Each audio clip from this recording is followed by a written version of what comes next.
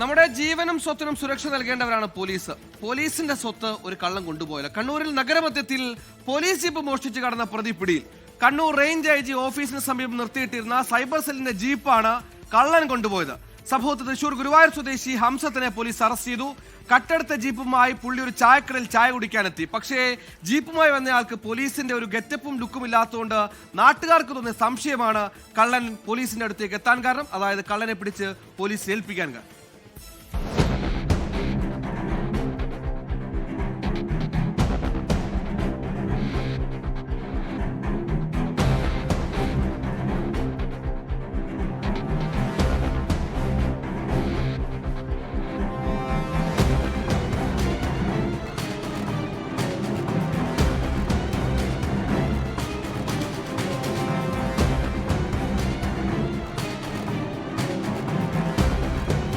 ഇന്നലെ അർദ്ധരാത്രി 12:45 സംഭവം.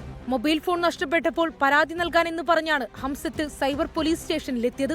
അപ്പോഴാണ് ഓഫീസിന് സമീപം നിർത്തിയിട്ടിരുന്ന ജീപ്പ് ശ്രദ്ധയിൽപ്പെട്ടത്. താക്കോലും ജീപ്പിൽ തന്നെ ഉണ്ടായിരുന്നു. പിന്നെ ഒന്നും നോക്കിയില്ല, വന്ന കാര്യമൊക്കെ മറന്ന് കള്ളൻ ജീപ്പുമായി നഗരത്തിലേക്ക് ഇറങ്ങി. ജീപ്പുമായി കടന്നുകളഞ്ഞ പ്രതി നേരെ പോയത് മുനീശ്വരൻ കോവിലിന് സമീപത്തെ പെട്രോൾ പമ്പിലേക്കായിരുന്നു. അവിടെ നിന്ന് പെട്രോൾ അടിച്ചു. സ്ഥിരം പോലീസ് വാഹനങ്ങൾ പെട്രോൾ അടിക്കുന്ന പമ്പായതിനാൽ ജീവനക്കാരന് സംശയം തോന്നിയില്ല. ശേഷം തൊട്ടടുത്തുള്ള തട്ടുകടയിലെത്തി ചായയും കുടിച്ചു.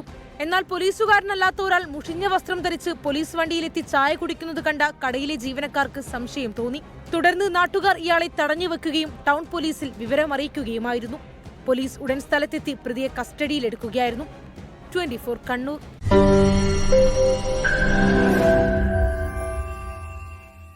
ലോകത്തെവിടെയായാലും ഏത് സമയത്തും 24 വാർത്തകളും ഓഗ്മെന്റഡ് റിയാലിറ്റി പാക്കേജുകളും എക്സ്പ്ലെയിനറുകളും വിശദമായി കാണാൻ ഞങ്ങളുടെ യൂട്യൂബ് ചാനൽ നിങ്ങൾക്ക് സബ്സ്ക്രൈബ് ചെയ്യാം.